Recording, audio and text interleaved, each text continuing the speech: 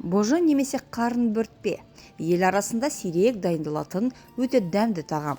Алдымен қарынды тазалап жуып аламыз, тұзда ысқылап, лимон немесе сірке суын қосып, бірер сағат жібітіп қоямыз. Иісі шырышы кеткенде тазалаймыз да, тағы суға шайып, таза қарыннан бұжылар жасаймыз.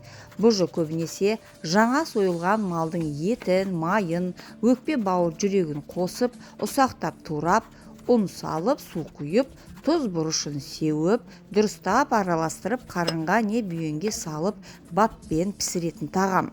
Бүйенге не қарынға салғанда бір шеті жонылған ағаш істікпен түйреліп, немесе жіппен тігіледі.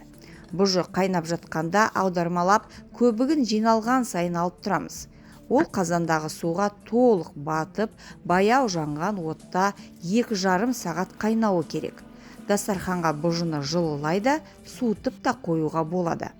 Бұжыны бұрын қадірлі қонақ келгенде, ұзақ жолға шыққанда, жауға аттанғанда пісіретін болған. Қарының ішінде сыртқа демі шықпай піскен соң, өз нәрі өзінде ерекше дәмді болады. Жаймақ қамырды жайып жіберіп пісіріп алып, үстінен бұжыларды салса тіпті келіседі. Пышақпен кестім, дәмін таттым.